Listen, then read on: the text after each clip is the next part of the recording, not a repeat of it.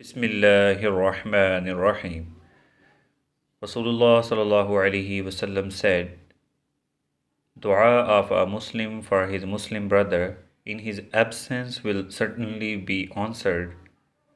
Every time he makes a dua for good for his brother, the angel appointed for this particular task says, Ameen, and may it be for you too.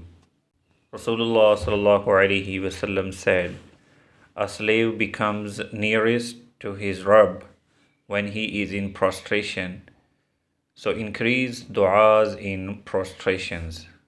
Abu Umama radiyallahu anhu reported, Rasulullah sallallahu alaihi wasallam was asked, at what time does the dua find the greatest response?